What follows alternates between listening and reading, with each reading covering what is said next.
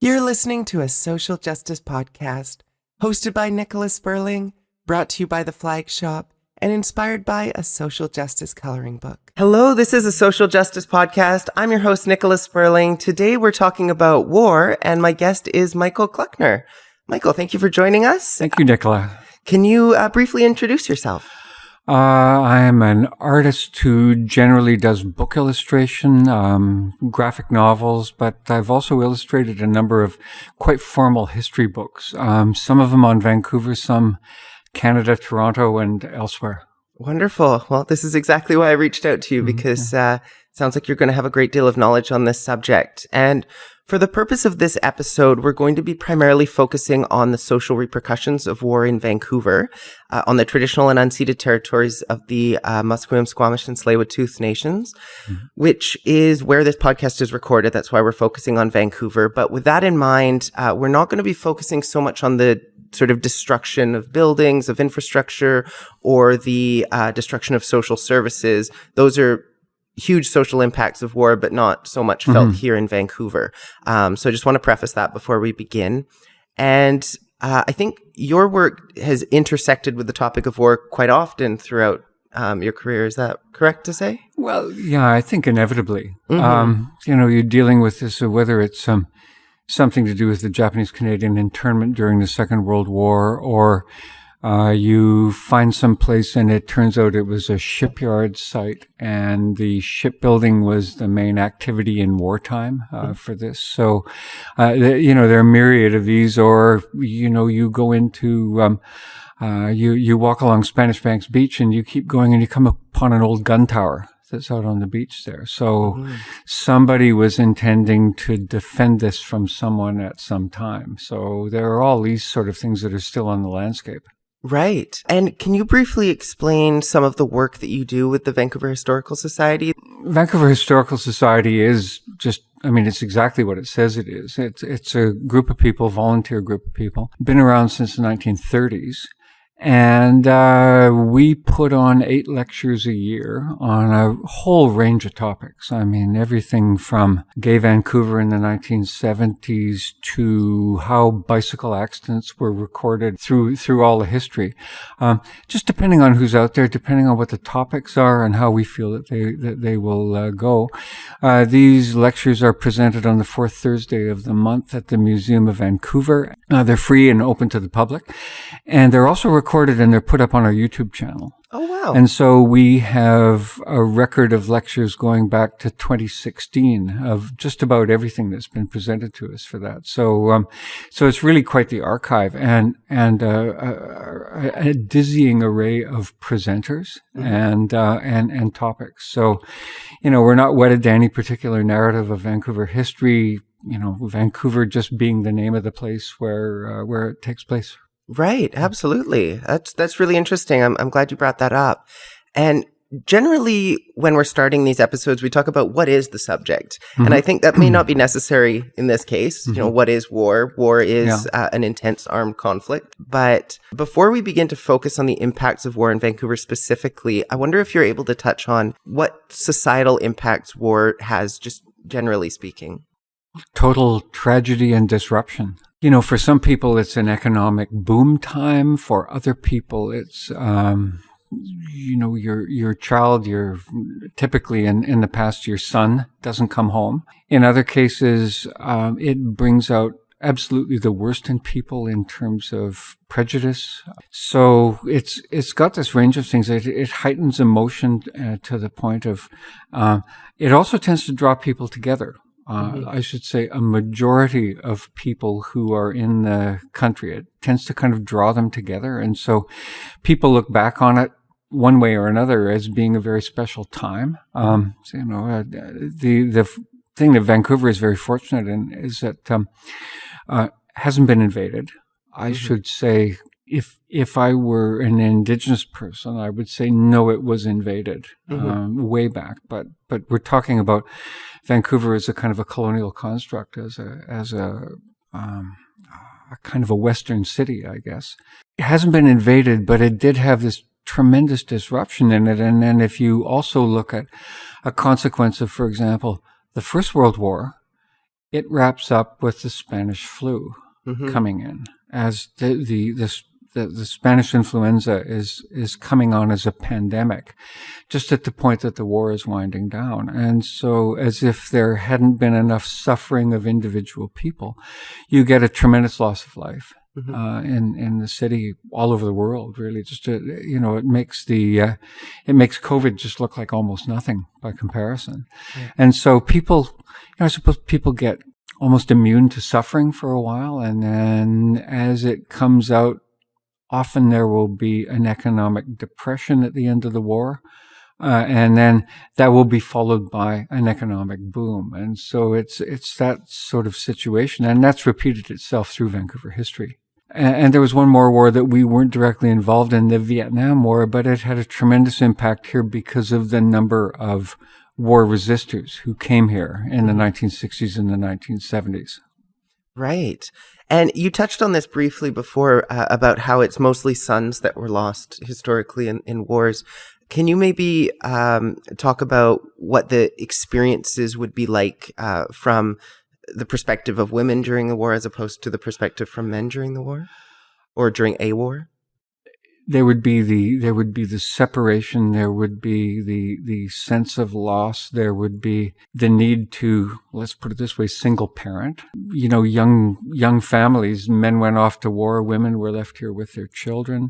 There were also, particularly, think of the Second World War, there were tremendous economic and work opportunities for women that hadn't been around before that. Partly because 1930s period of the Great Depression, there wasn't really work for almost anybody, but women entered the industrial workforce in the Second World War, particularly, and then all of the advances that they had made and all of the kind of economic freedom that had given them was effectively taken away at the end of the war because the men came home, the men needed jobs. That was the way that the society worked at that point. And so women then retreated from that position of economic power and a lot of freedom and then went into the late 40s and the 1950s, which historically is a period of women really being in roles as wives, as mothers, as not a whole lot else. I mean, the world that I grew up in the 1950s, 1960s was like that. Right. I wanted to move on now to some questions around basically going through the different wars that have occurred, that Canada's been involved in over the years, starting with, I believe World War I would be the first war since Vancouver's foundation. Is that correct? Yeah, you could say the Boer War, but there was really no organized group that went from the Vancouver area, and that was in South Africa. It was a colonial war of actually two effective colonial nations fighting over that. What the Boer War tended to do was heighten patriotism here, patriotism being the love of the mother country, the United Kingdom, at that point. But the First World War saw this enormous patriotic sense of defending England, particularly because they figured that if Germany wasn't stopped in France, that it was going to be England, Britain, that was going to be invaded. And so there was recruitment of people from, as they say, from all walks of life. If I say even the Japanese immigrants who had come here at that point, who were refused the opportunity to enlist in Vancouver in British Columbia, they went to Alberta and they were able to enlist in the regiment there. And there's a very beautiful and rather touching war memorial in Stanley Park that people might know of the Japanese Canadian community and the sacrifices that were made there. So you had the local regiments, Duke of Connaught's Own Rifles, now known as the BC Regiment, and a number of other regiments that formed out of here, and large number, thousands of young men went initially to training camps in Eastern Canada, and then overseas, and then onto the Western Front, where they behaved absolutely heroically. And they would talk about the Canadian troops being, in effect, the most effective shock troops of the First World War. It just sounds absolutely ghastly, but Vimy Ridge being a classic battle in which the Canadians won the day. And so coming out of all this is this sense of intense patriotism, and it's patriotism for Canada. Canada is beginning, by the time of the First World War, to, I guess you would say, peek out from underneath the British flag and say, we want our independence. We don't want to be so dependent on Britain. Also, that reflects immigrants coming here from all over the world, and particularly a desire to trade more with the United States. And so Canada declares war in August of 1914, right at the very beginning of that. The United States stays out of it until April of 1917. And then they come in just at this critical point where it's been a stalemate, and they're able to tip the balance and feel very proud and righteous of themselves over that. There was a map in the Vancouver City Archives I remember seeing at one point where somebody had plotted all of the deaths of servicemen in it. And it was just this forest of little dots. You couldn't particularly say that one was on one side, that there was one area of the city that had more than other. They were quite spread around quite evenly, and so these are all the casualties. And of course, people came back maimed, they came back gassed, they came back shell-shocked, which we would now say PTSD. Mm-hmm. They came back, some of them came back effectively blinded from the chlorine gas and mustard gas that the Germans were using on the Western Front. So it was a very, very difficult time. And then they came back into a period where, coming back in 1918, I mentioned the Spanish flu. Mm-hmm. There was also a sudden collapse in economic activity as the shipyards closed down. And so, sort of like a double whammy. Then you get the Spanish flu, you get the reduction of work, I suppose. Reduction of work. And so it became a period just like, while the war was still going on, of tremendous labor activism. So, the BC electric streetcar system went on strike. There were strikes at the docks and so on, and a real militancy. This was a period of Russian Revolution had just happened in the previous year, and so you had all this kind of ferment happening, and of course made worse by the fact that there weren't good jobs for people to come back to. And generally, this is a total generalization, but if people have well-paid jobs, then generally they are kind of contented in their lives. And you compare that with our current situation where so many people, well, maybe they've got jobs, but the jobs are not paying them what they need to live. And so you're getting more and more unrest happening here. And that was the case at the end of the First World War. As the economic depression that happened here, 1919, 1920, 1921, got going, of course, with that conflict in society, then it brings up some of the old racist beliefs of people, particularly anti-Asian racism at that point. And so you get a whole slew of provincial legislation that is effectively anti-Asian, anti-Chinese particularly. And this kind of ferment continues through until about the mid-1920s, by which time prosperity has returned and everybody settles down, more or less. Right, the Roaring 20s. Yeah, and, the 20s didn't really roar here the way that they sort of did, maybe more in a place like Toronto, certainly more in the United States. Mm-hmm. But there was a period of significant prosperity here in the 1920s, and that, of course, comes to a crashing halt in 1929 with the Great Depression. So, right. And people are on the roads and people are homeless and so on. But that's not war. That's just sort of social history. Right. And I think that's an important thing to bring up, because we're talking about the societal impact that war can have, and it seems like in at least some ways it's related. Some of it might have to do with the influenza. Mm-hmm. There may be these natural ebbs and flows of economic growth and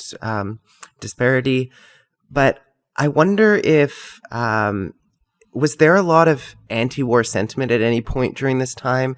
The idea that, well, our lives are really difficult, I suppose in the Great Depression or during the influenza pandemic, where people were just saying that this war wasn't worth it. Why did we do this? Well, I suppose there was, but if you look at Vancouver around 1920, the vast majority of the population probably had origins in the British Isles. There were Italians, there were some Germans, yes, who kept their heads down.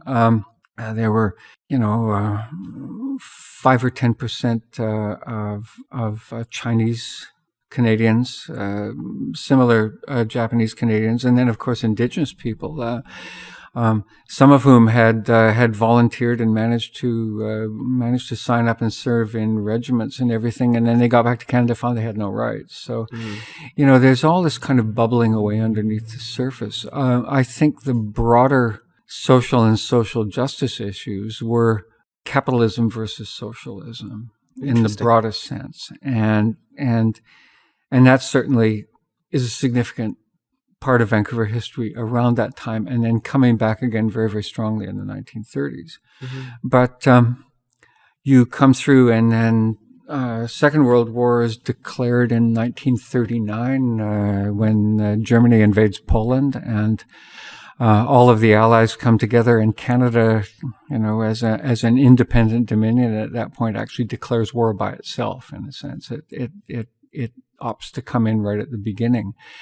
And you have that same very, very strong patriotic idea that comes forward. It gets rid of the uncertainty that was left over from the Depression, and still a kind of a difficult economy in the late 1930s. All of a sudden, common cause. Germans are invading our allies.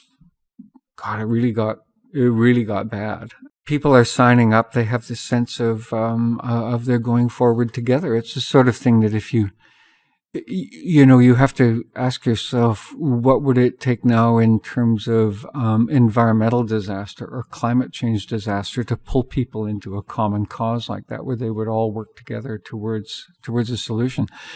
War certainly did that. And so Second World War gets underway, and it's a European war for 2 years until the Japanese. Well, let me just back up. I'll just back up a little bit.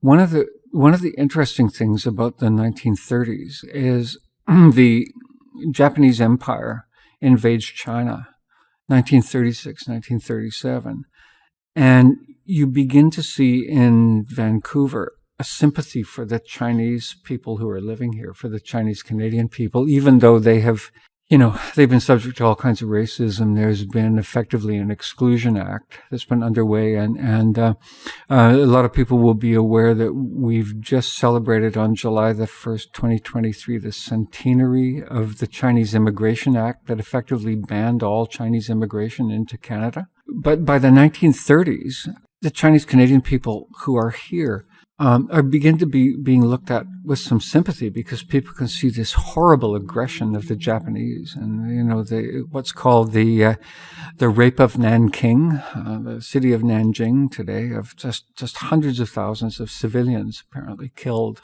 at that time, and so the Chinese Canadian people here who are kind of marooned by this, and so they begin to be seen as being people with a kind of a common cause. Nevertheless, in that period, late 30s, well, there's no European war. The European war starts September 1939.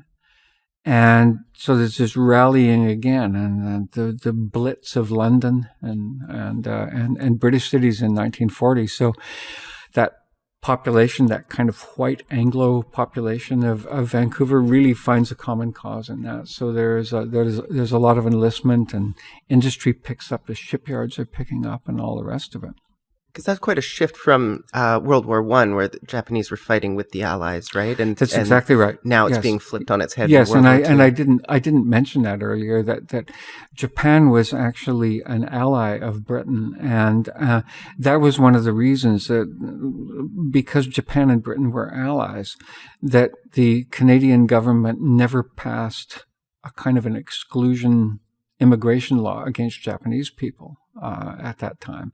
And that was why you got such a strong, big, like 22,000 Japanese Canadian people here by the 1930s. And because both men and women were immigrating, and they were forming families, and they were having children, and so you had all that going on. So that was a very, very good point.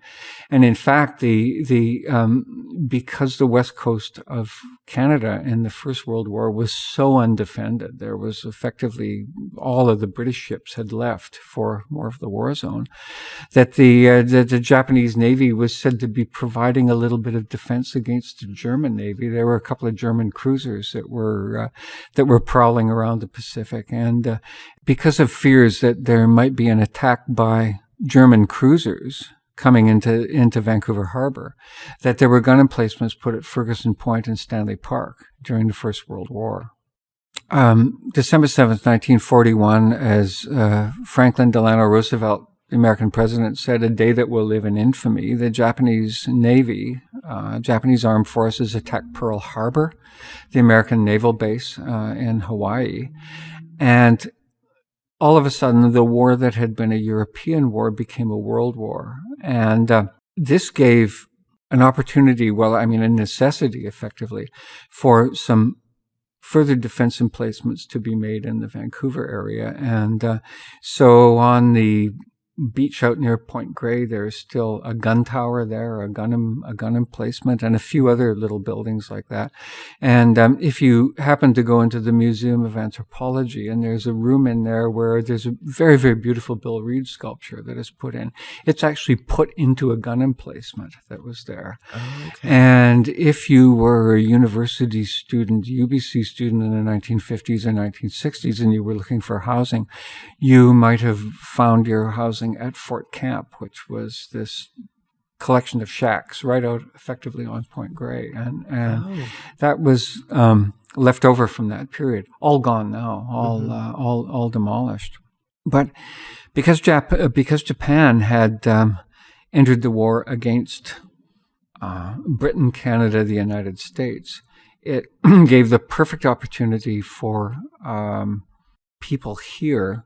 I'm talking about the Town Planning Commission. I'm talking about a number of federal and provincial politicians who had been very anti-Asian, very anti-Japanese during the 1930s.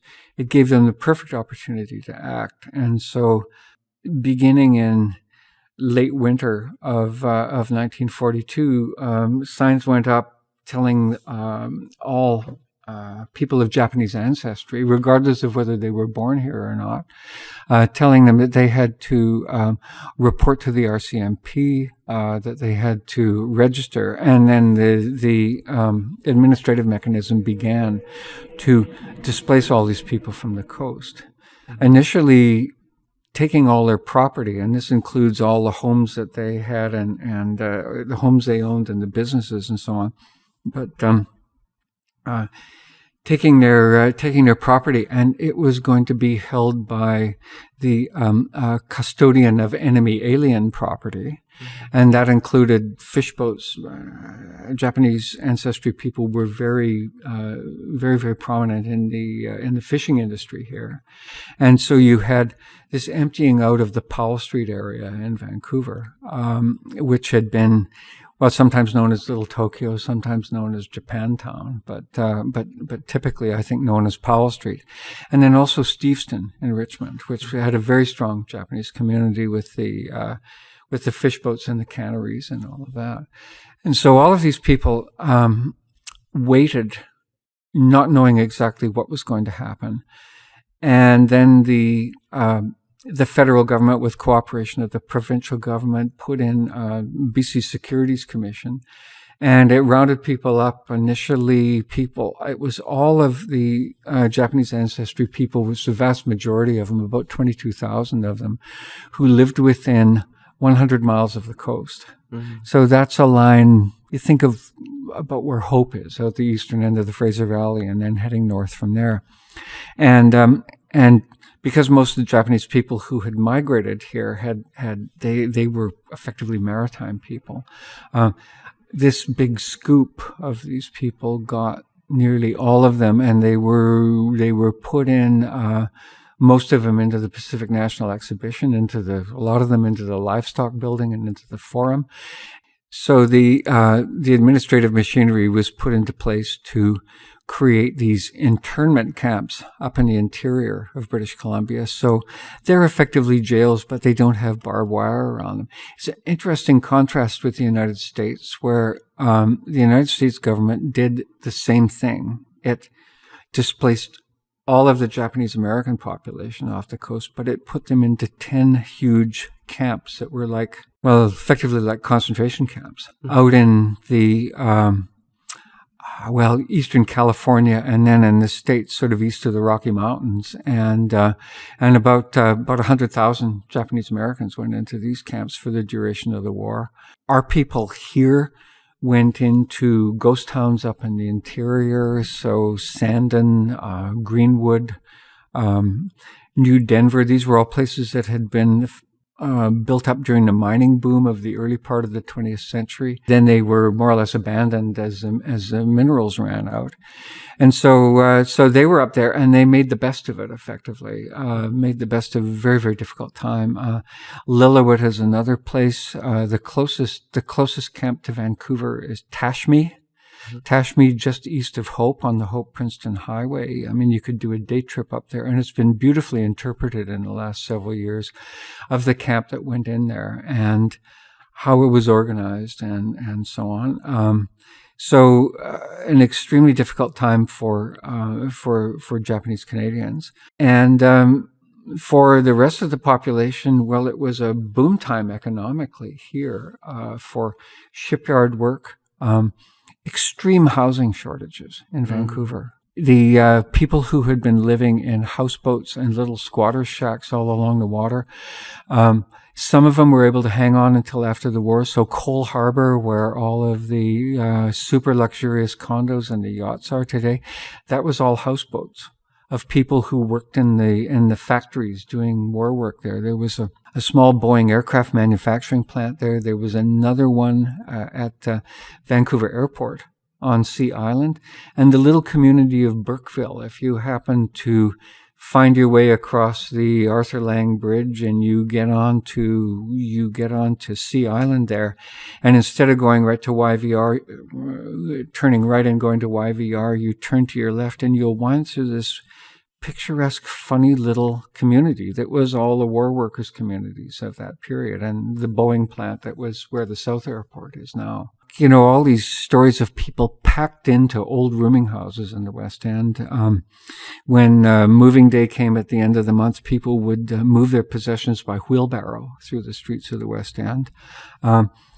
Big fights in places like Shaughnessy Heights, where people were turning the old mansions into rooming houses, and then they were getting sued by some of the wealthy people there for violating the zoning and so on. So it's a real period of turmoil. And everywhere else, when you think of a kind of a rooming house landscape of people of my age, like I'm in my 70s, right? So I'm thinking back 1960s, 1970s, when I was young, and there were all of these rooming houses that were there, and these were places that had been converted during the Great Depression, converted during the Second World War for housing for people and for all of the workers who were here.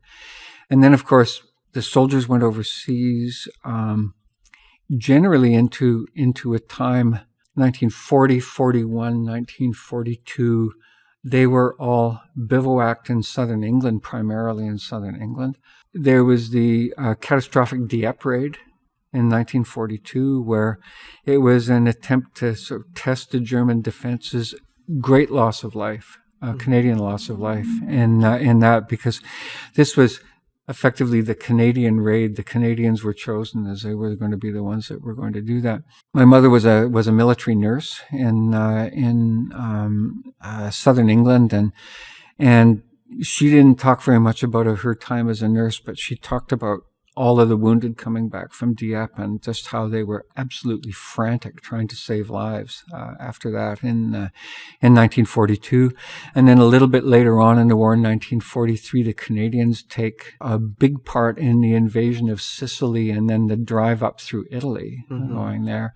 And then June 6th, 1944, D-Day. If you watch American media or you watch American movies or read American books, you would think that it was entirely the Americans who invaded France, but the Canadians did the beaches further north than the Americans did, and the British were in there too, in other beaches, and then the Canadian role was driving sort of east and then north and effectively liberating Holland. Belgium and Holland, and that, as the Americans and the British pushed east from that. So lots of casualties, lots of deaths, and the newspapers. You read the newspapers of that time, and you just think, my God, what it must have been like to be here. And you're getting these war reports and so on going on.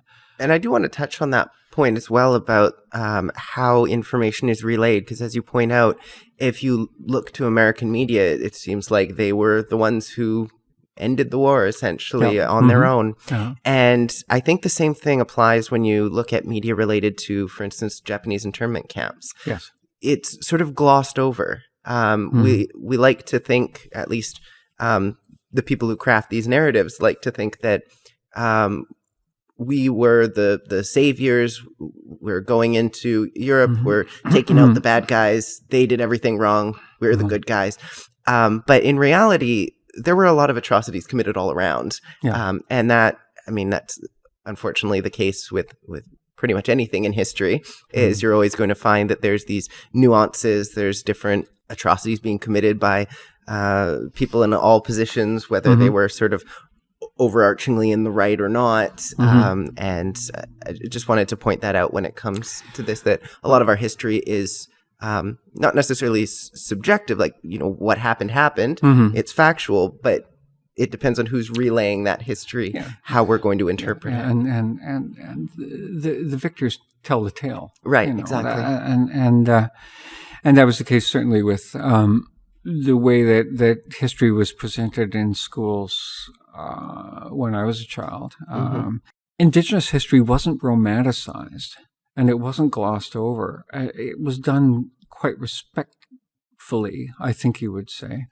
But it effectively said that there was this inevitable juggernaut of civilization, and I put that in quotes. Christian civilization would be another way of describing it, that was going to take over this land. The Americans, with their directness with language, had the term manifest destiny. And Canadians, being much more slippery with language, never really defined what would you call it, the colonial project, I suppose, at that time. This massive migration of people from Europe into Canada. I mean, the narratives are constantly being told and retold. Interesting, Italian people were, of course, the enemy. And during the Second World War, not during the First World War, but during the Second World War, they had very, very good leadership here that managed to keep most of the Italian people who were in Vancouver out of trouble with the police. There was not that kind of reaction as there was against German nationals who were here. And then same in the First World War, the German nationals, people going into prison camps. But there's a racial aspect of it that really hit the Japanese hard. Chinese people who were here, quite a number of Chinese people enlisted and became part of the army. There's been these very, very moving exhibitions at the Chinese Cultural Center, and now coming into the new Chinese Canadian Museum that's just opened, of the role that a lot of Chinese Canadian people played during the Second World War, particularly. And all of this, and it becomes part of the narrative of everybody finally shaking off much of their racism after the war is over. And 1947, immigration reopens of Chinese people into Canada. The restrictions begin to come off. So, sometimes it takes a war and everything going back, and people give their heads a shake and they say, this was absolutely crazy. The Japanese case, in the United States, they began to release Japanese American people from these prison camps, even before the end of the war, even before the atomic bombs were dropped on Japan in August of 1945. And these people, and as I understand it, that nearly all of the Japanese American people got their property back at the end of the war. Oh, okay. In Canada, nobody got their property back. Right. It had all been sold off. And I would invite listeners, viewers of this to look for a website called Landscapes of Injustice. I think it's landscapesofinjustice.ca. And this was a multi-year project involving all kinds of people from the Nikkei community and academics and so on, trying to get to the bottom of how the decisions were made to displace the Japanese, to sell off their property, and then how they couldn't get it back. And I mean, even in just to complete the thought about the way that the Canadian government treated the Japanese Canadian people, the wartime restrictions on their movement in Canada didn't come off until, believe it or not, April Fool's Day, 1949. Oh. So the war ended August 1945. And everybody else sort of began to go back to normal, but Japanese Canadian people could not return to the coast of British Columbia until the middle of 1949. Wow. Because of these restrictions. So it took that long for them to shake this stuff off. And again, I invite people to go to the Nikkei National Museum in Burnaby to look at this, to look at the Landscapes of Injustice website, and to try to fit this into a broader narrative of people moving here, people being in control, people making laws, how these things went. Why, despite all this, was it attractive for people to emigrate from Japan? Mm-hmm. Why did they want to come here? Why did Chinese people want to come here, despite all of the racism and the prejudice? One more little comparable. Chinese immigration into the United States was banned, totally banned, from 1882 till 1943. Wow. So, you've got these broad narratives, and the wartime events are, to a degree, a kind of a blip in them. Mm-hmm. So history is really complicated, and you can't do the soundbite narrative of what happened. It's really important for people to try to figure out. Let's say you're a white person, and you imagine yourself being a working class white person, and you're from Scotland, say, and you've effectively been displaced off your land in Scotland because of the Enclosures Act. And so the only option that you have is working in some godforsaken factory in northern England. And the opportunity comes to move to North America. So you might go to the States, or you might come to Canada. And you're looking to improve yourself. You're looking to improve your life, but you're becoming part of a narrative that is displacing other people. Mm-hmm. So, it's really difficult if you imagine yourself back in that situation, and as you would say, imagine yourself now. You are wanting to make a better life. You're wanting to migrate to Canada and become part of Canadian society. But as you're doing that, you're becoming part of a longer-term narrative. I'm saying particularly about Indigenous people, mm-hmm. because it's about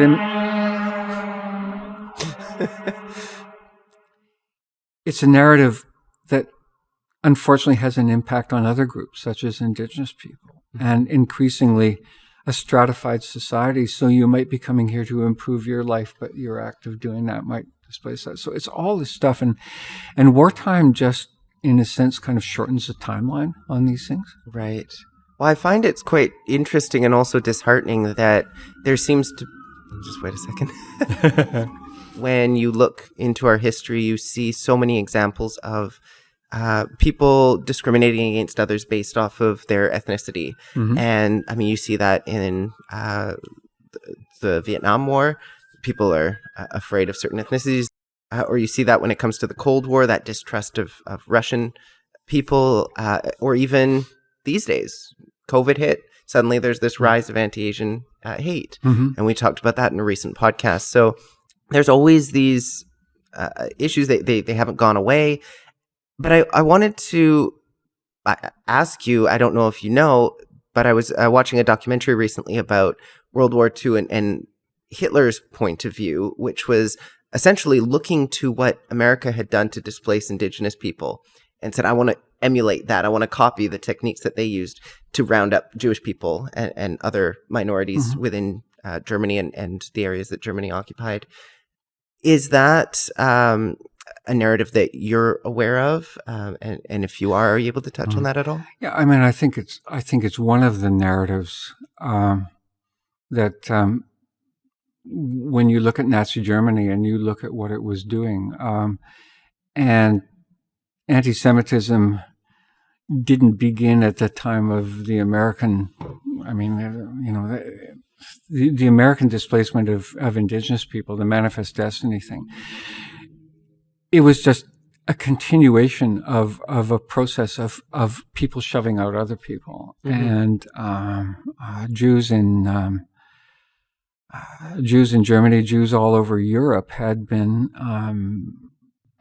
under tremendous stress, being moved out of losing all their rights, of being effectively exiled out of countries, and this had been going on for hundreds of years, and going back to a Christian narrative, I suppose. Religion has never been the sort of thing that has brought people together, in my opinion. It's just added to the divisions of people. As George Carlin would say, more people have been killed in the name of religion than for any other reason. Yes, and I mean the whole Jewish situation is really quite interesting. I just finished doing a graphic novel. This is doing the art for a graphic novel comic book on the Bund, the Jewish Labor Socialist organization that was active in Ukraine, Russia, Poland, and late 19th, early 20th century. Couldn't have been more timely because Russia just invaded Ukraine, you know, at the time that we were getting started on this. And then the splits within the Jewish community between the people who wanted to speak Hebrew and create a homeland in Israel, the Promised Land, and go there, which, by the way, was already occupied by other people, but so there's that narrative going on.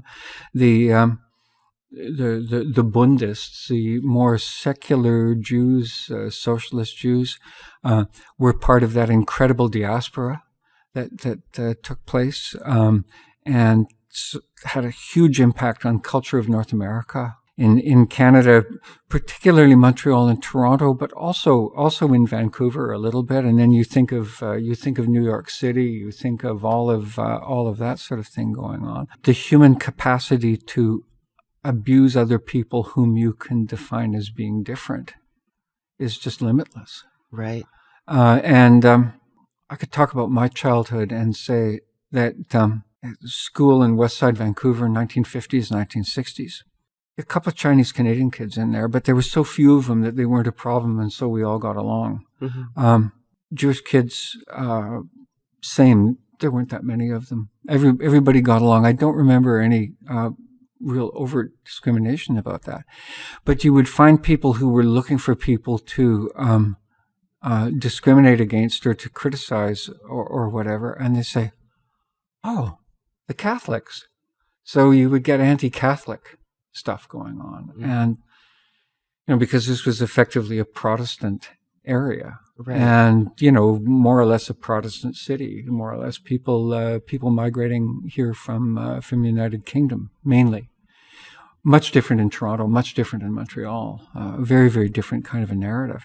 But it's that ability that people have to find reasons to dislike people, and so often it seems to come out of a situation where, well, you're a German in the 1930s, and there's this guy named Hitler, and he says, we need Lebensraum. We need room to expand. We need room to move. Oh, there are these ethnic these ethnic Germans in the Sudetenland. We'll invade the country next door. We'll just boot everybody out. along the way, we can find other people. Well, we've got these historical imagined grievances against Jewish people, so we do that. So, and so in a lot of cases, it creates just that kind of creeping racism that you would see in Canadian history or American history. God knows American history is much more complex, probably, you could say, than Canadian history on that because of slavery. But as people begin to fall behind other people and they become envious and they look around and they say, who can I blame?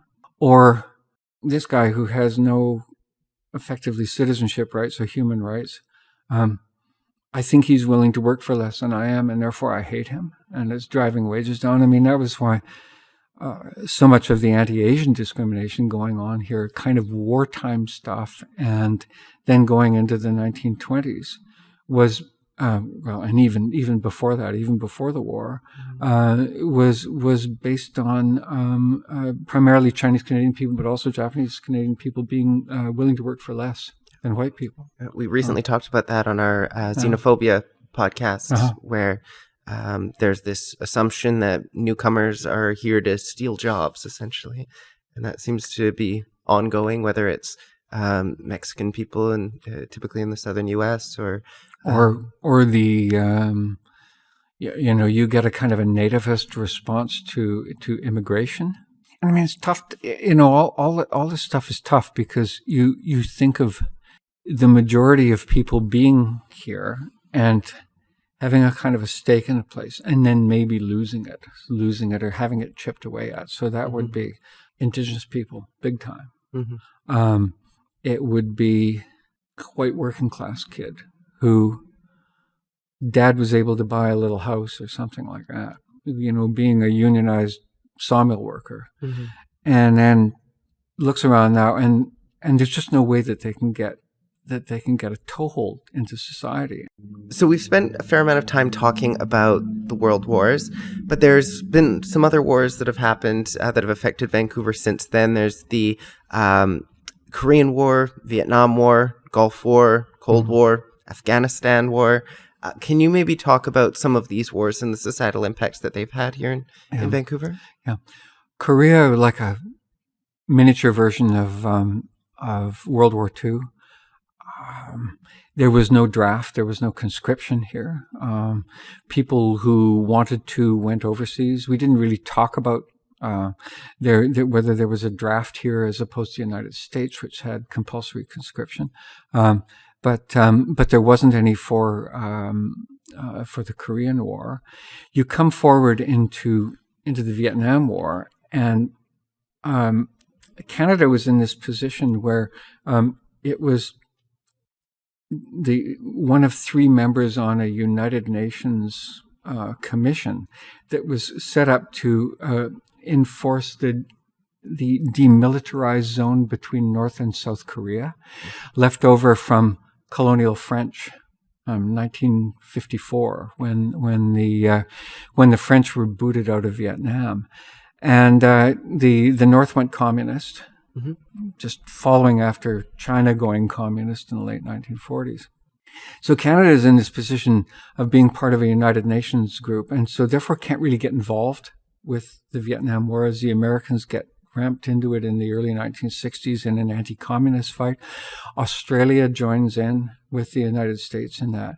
But we're just sitting up here north of the 49th parallel going, this is getting really bad here. And because there was the draft in the United States, and so you hit 18 down there, and unless you were able to work out some kind of an exemption for health reasons, or, maybe you were at a certain university and you could work that out, you were drafted into the Army or the Navy, and probably you would be sent to Vietnam. And increasingly the sense that this was an unjust war, that what was going on was effectively a military dictatorship in the south of Vietnam versus, I guess you could say, a communist dictatorship in the north part of Vietnam. And rather than getting involved with that, people were just saying, hell no, we won't go. We don't want to be part of that war. And so you had a flood of Americans, and predominantly, I would say, white and well-educated Americans who had had a kind of more of a liberal or left-leaning philosophy, perhaps more than working-class kids did, and certainly than African-American kids did, who didn't have quite the same options there. And so they come up here, possibly as many as 30,000 men, 40,000 men. It's really hard to get a sense of how many were. But interestingly, an equal, if not greater number of American women came here. In some cases, bringing their young children, their teenage boys coming up, and coming into Canada using what were very liberal immigration laws at that time to apply for landed immigrant status and becoming part of Canadian society. And it just had a huge impact here. It shifted Vancouver area particularly away from being this kind of backwater of the 1950s, early 1960s into being a more radical culture, brought the hippie culture, that had started here, but I mean, brought it and added to it here in the late 1960s. And there was also a sense of organizing that they had been much more a part of in the United States at that point, organizing against the Vietnam War, so coming up. And so you're getting a group of people finding common cause with Canadians and groups coming out of that, such as, well, Greenpeace would be one that would that came out of that whole anti-war movement of the time. And so it had a tremendous impact on the Vancouver area, and then also in other parts of the interior, particularly the Kootenays around Nelson. There were a lot of American war resistors who went into the Kootenays, and still very much that kind of hippie's a kind of a loaded word, but kind of countercultural community that went into there. And so that had a tremendous impact on Canada. You had all of these highly educated, left-leaning young people, men and women, coming in. And if you go into areas of Vancouver today, Grandview is the one, Grandview where I live, a lot of my neighbors, a lot of my friends, they came here during the Vietnam era. Right. Men and women came here and made lives here, and they've made a huge impact on that. Quite a lot of Americans. From the U.S. They came from the U.S. They came from the U.S. during the Vietnam period, and there were quite a number of Americans who took the Carter amnesty, which I think was 1976, 1977, where they were able to go back into the United States, and if they had just been draft dodgers as opposed to deserters, then they were able to go back and escape prosecution, and a lot of people went back from there. But you find people, I mean, a good friend of mine who's in his mid-30s, his parents came here, war resistors in the Vietnam era. So, and he's got a lot of their kind of left-leaning values. So that had a huge impact. You're talking going forward a little bit into Gulf War and so on. Gulf War, the war in Afghanistan. Yes. Starting to get a little bit more recent. I was actually surprised to find out that the war in Afghanistan went on for as long as the war in Vietnam. Yes. I think from the point of view of Canada, it was far away. We weren't that involved. We had an entirely volunteer army. People who wanted to be in the military went into the military, so it didn't have that sort of thing. And I mean, I think of Jean Chrétien, the prime minister at the time, and being asked in an interview what he thought his legacy was going to be, and he said it was the fact that we didn't go into Iraq. He refused to go into Iraq. Britain went in, as an example, but Afghanistan seemed. It seemed more like you were fighting terrorism as opposed to seeking out oil. Yeah, or something fighting terrorism, and I mean, as it's turned out, you're fighting for women's rights in a sense. You're fighting for probably a more secular society, if that would ever come out. Or that was what I think people believed that they were fighting for, against a theocracy, not having the impact. There were certainly Afghanis here, all kinds of Iranians who were here, Iraqis and so on, who would feel that in the same way that Ukrainian Canadians feel, this direct connection with wars that are going on halfway around the world. But it never achieved that kind of critical mass that the earlier wars did. Korea, World War II, World War I, and I think that speaks also to there having been a more homogeneous population here. It's also more of a fair fight as opposed to you're just sending tons of drones in to bomb places where you're not seeing as many casualties here at home. Yeah, and I mean, the history of war and history of Britain's imperial wars. Of course, I mean, you could talk for days about that. I mean, there are all these other things about Canada and how all of this comes together. We don't have a climate here that could grow the plantation crops of the 18th century, 17th century. No sugar, no cotton. So probably for that reason and for that reason alone, there was not widespread slavery here compared with the United States. Very famously, some of the First Nations kept slaves on the West Coast. There were lots of cases of black people getting out of the United States on the Underground Railroad, and Africville in Halifax. There's a wartime story for you when the Book of Negroes covers that pretty. Yeah, when that munition ship blows up and it's in the harbor and the Africville is right down on the harbor where the cheap land is and everything where the black people were living, and so they suffered disproportionately from that one. No, I mean it's history is fascinating, and listeners and viewers, please look on YouTube, Vancouver Historical Society YouTube channel. And look at the range of, there are 50, 75 different talks that are up there over the last 7 or 8 years. And have a look at those, and some of them are going to be interesting, some of them not. Some of them, give you an introduction into things. Start coming to our lectures, kind of get involved with that.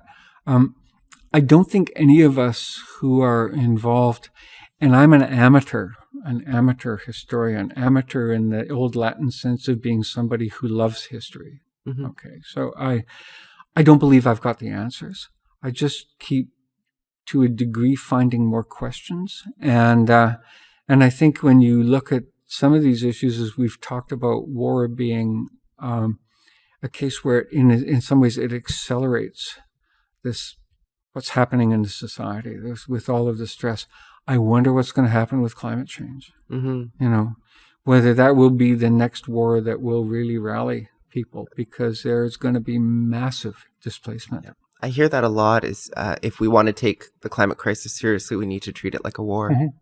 At this point in time, we're sort of getting to the end of the questions that I have for you about war. We're wanting to wrap things up fairly soon. But is there anything that you think is really important to touch on related to the societal impacts of war before we start to wrap things up?